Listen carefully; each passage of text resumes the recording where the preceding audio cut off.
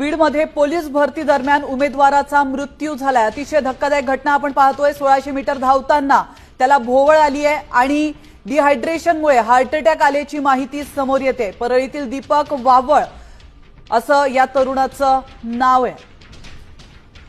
याविषयी अधिक माहिती देतात आपले प्रतिनिधी योगेश काशीद। योगेश, बीडमध्ये अतिशय धक्कादायक घटना घडलेली आहे। पोलीस भरती दरम्यान एकाचा मृत्यू झालेला आहे। नेमकं काय घडलंय? पोलीस भरतीची प्रक्रिया सुरू आहे आणि प्रत्यक्षात त्या पोलीस भरतीच्या प्रक्रियेला सुरुवात झालेली आहे। बीडमध्ये 174 पदांसाठी पोलीस भरतीची प्रक्रिया आजपासून राबवली जात आहे।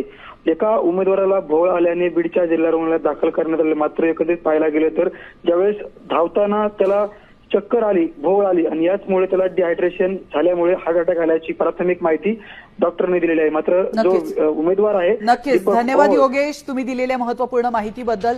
तर 1600 मीटर धावताना डिहायड्रेशन